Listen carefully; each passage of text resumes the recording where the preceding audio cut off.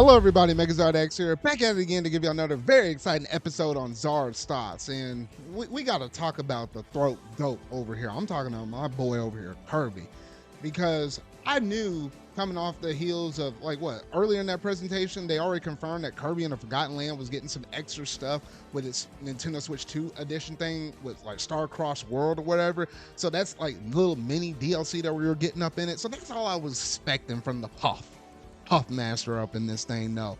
But in that second to last announcement in that direct, when they managed to go ahead and show this boy, he was falling down. I was watching this direct with a few of my boys up in the call though. Like, it looked like really serious and stuff. Like, it looked a little gritty and stuff like that. Things were kind of washed down like a gray monochrome color and stuff.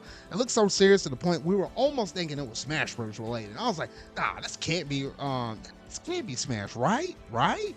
We weren't too far off from the vibe of it having a Smash Brothers vibe or feel though, but rightfully so though, because then when we saw those jetpacks pop off in the back of that warp star that Kirby was on, man, he was off to the races. And at that moment, I was like, gosh dang, they done did it. They gave us thinking Kirby Air Ride, which last time we had this game was back on the GameCube, and I just recently picked this game up for my GameCube collection. It's like one of the last couple of games I managed to pick up before I said, you know what, I'm done collecting GameCube games.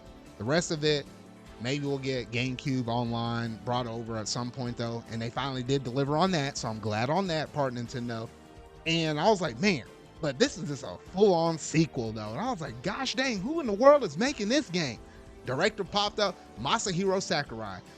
You know, looking back at all of those different videos he put out on his YouTube channel, it makes perfect sense why he was able to have the right to tease that he was in the game or working on his next game for quite some time. If you went and did the math, like, he's been working on this for like a couple or a few years though. And it makes perfect sense now because of the fact that this is, you know, Kirby is Sakurai's baby. Like, he was the one that actually originally made this dude up. And obviously, if you think back to the original Kirby Air Riders, like, it had that whole melee infrastructure and stuff like that from Smash Brothers, though. So it kind of made natural sense why Sakurai might want to go ahead and go hands-on with Kirby again and make another Kirby Air Ride or Kirby Air Riders at this point. And I was like, good night. I certainly wasn't expecting this. The game is going to be scheduled to come out some point in winter. So May, and it is supposed to be some point in 2025 though. So I'm thinking, hey, this is going to be probably a December-like game, or at least that's where my gut's lying on right now.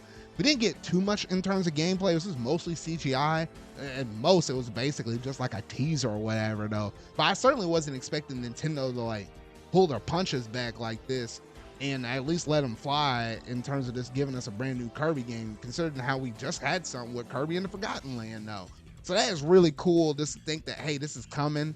And hey, if you do like yourself some racing like games, Mario Kart isn't going to be the only thing out there. You also have you know, F-Zero GX that's also going to be on the GameCube, and later on this year you'll have Kirby Air Riders. So no matter what kind of genre of racing game you were wanting to have, Nintendo has got your back covered. They got your backs covered up on this mess though.